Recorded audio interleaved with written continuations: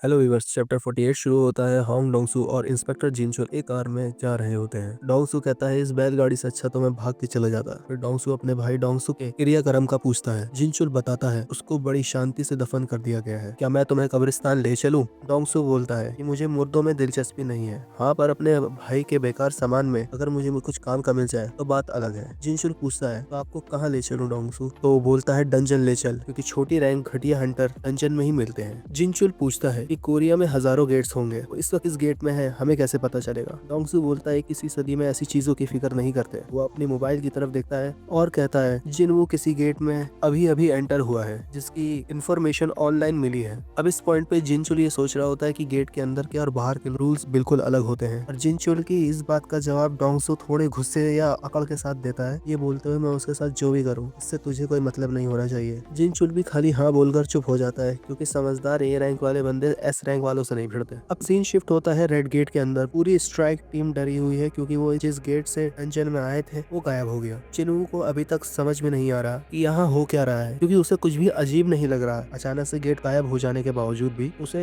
यहाँ पर कुछ अनयूजुअल सा नहीं लग रहा। बस वो ये सोच रहा है कि इस गेट ने उन सबको किसी और दुनिया में पहुंचा दिया है। अब जिन्हा की फ्रेंड सॉन्ग जिनवू से पूछती है कि हम मुसीबत में तो नहीं है ना, या ज्यादा फिक्र की बात तो नहीं है। और अपनी बात पूरी भी नहीं कर पाती कि उसकी तरफ तीर आता है, जिसे जिन ब्लॉक कर लेता है। ये काफी क्लोज कॉल होती है, मतलब काफी करीब से ब्लॉक करता है, पर सारे हंटर्स इससे बच नहीं पाते हैं। असल में ये आइस एल्स का हमला होता है, जो पेड़ों में छुपकर हमला कर रहे होते हैं। जिनवू इतनी दूरी से एल्स की मौजूदगी नहीं भाग पाता। एल्स क्या है और उनका लेवल क्या है, ये मैं आपको जरा शॉर्ट में बताता हूँ। जो इनसे नहीं मिले वो तो इनके लिए बड़ा खूबसूरत सा लफ्ज इस्तेमाल करते हैं, आइस एल्स। और जो टेंशन में कभी भी इनसे लड़ चुके हैं और जो बचकर आ चुके हैं, वो इन्हें शिकारियों का शिकारी कहकर बुलाते हैं। सीन शिफ्ट होता है गेट के बाहर की तरफ। हम देखते हैं व्हाइट टाइगर गिल्ड मास्टर बेक, जो गेट के अंदर जाने की कोशिश कर रहा है पर जा नहीं पा रहा। बेक पूछता है अपने एम्प्लॉय से, ये सी रैंक गेट ही था ना, तुमने ढंग से तो इन्वेस्टिगेट करा था? एम्प्लॉय बोलता है हाँ, हमने इसे अपने लेटेस्ट इक्विपमेंट से चेक करा था और इसके अंदर से जो माना एनर्जी जो आ रही थी वो सी रैंक के ही अराउंड था। अब ये जो गेट के राइट्स होते हैं ना, ये इन्होंने हंटर गिल्ड से खरीदे थे। व्हाइट टाइगर गिल्ड का गिल्ड मास्टर बेक पूछता है कि हंटर गिल्ड को इन्फॉर्म करा इस सिचुएशन के बारे में? एम्प्लॉय कहता है हाँ, उन्होंने इसकी जिम्मेदारी लेने से मना कर दिया है। मतलब वो ऐसा बिहेव कर रहे हैं कि उनको इसका कोई अंदाजा ही नहीं था। अब बैक की टेंशन यहाँ बढ़ती जा रही है कि रेड गेट का मतलब है एक हाई रैंक गेट जो बी से लेकर एस तक किसी भी लेवल का हो सकता है। बेक को स्ट्राइक टीम की फिक्र हो रही है, क्योंकि ये रेड गेट डंजन के लिए नहीं तैयार किए गए थे। मतलब ये नॉर्मली स्ट्राइक टीम बनाई गई थी जिसके अंदर खाली एक ही ए रैंक हंटर है, बाकी सारे बी सी और डी तक जाते हैं। अब अगर ये ए भी निकल आए तो भी वहां से किसी का बच के आ पाना ही मुश्किल है। एम्प्लॉय अपने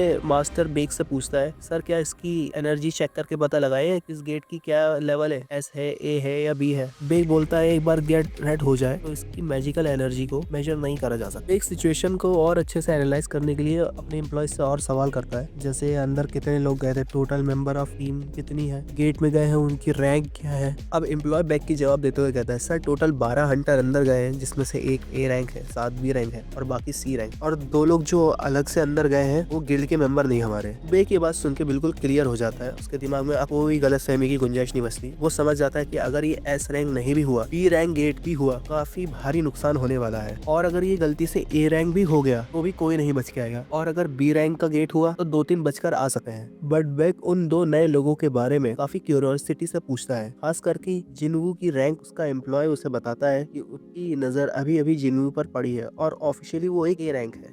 मतलब जिस टाइम पे जिनवू जिनहू के साथ अपनी रेड्स को पूरी कर रहा था, उस टाइम पे बेक के गिल्ड के मेंबर्स की नजर पड़ी थी जिनवू पे। तो जिनवू ने उनसे के साथ थोड़े बहुत अच्छे कॉन्टेक्ट बना लिए थे। जिनवू अपनी बहन की दोस्त को ये दिखाने के लिए गेट में लेकर जाता है, इनसे इजाजत लेकर, कि अंदर ई रैंक के हंटर्स कितने ज्यादा हेल्पलेस होते हैं। पर अभी सिचुएशन अचानक से बदल गई है, तो इस पॉइंट तक जो है ना, जिनवू ने अपनी रैंक इवेल्युएट नहीं करवाई है। पर अगर अभी भी हम अंदाजा लगाएं तो वो इग्रिस को हरा चुका है, वो ए से जरा सा ऊपर है। अब सीन शिफ्ट होता है और गेट के अंदर देखते हैं हम, जहाँ जिनवू सोच रहा होता है कि अगर वो 2 महीने पहले वाला जिनवू होता तो वो भी मारा जाता। ये अटैक इतनी शांति से और इतनी प्रिसाइजली करा गया था। हाँ, जिनवू ये बात नोटिस करता है कि उन्होंने खास करके वीक हंटर्स को टारगेट करा। जिनवू का एक्सप्रेशन देख के मुझे ऐसा लगता है कि वो एक्साइटेडली एनर्जेटिक है और थोड़ा सा एंग्री है, और बोलता है तुम्हें तो मैं अपने हाथों से मारूंगा। अब यहाँ पे उसका एक आइज एल्फ के साथ फेस ऑफ हुआ है। अब यहाँ ए रैंक हंटर किम चुल सबको सिचुएशन समझाता है कि हम रेड गेट के अंदर फंस गए हैं और इसका दरवाजा सिर्फ 2 सिचुएशन में खुलेगा। पहला, हम सारे मारे जाए, या दूसरा कि हम गेट के बॉस को मार दे। अब सॉन्ग भी जिनवू से पूछती है कि रेड गेट क्या होता है, और जिनवू भी उसे यही सेम जवाब देता है कि रेड गेट बेसिकली हमें दूसरी दुनिया से जोड़ने वाला एक गेट होता है। ये सडनली अपेयर होकर रास्ता बंद कर देता देता है। इन शॉर्ट जिनवू से बताता है कि हम फंस गए और यहीं पर चैप्टर खत्म हो जाता है।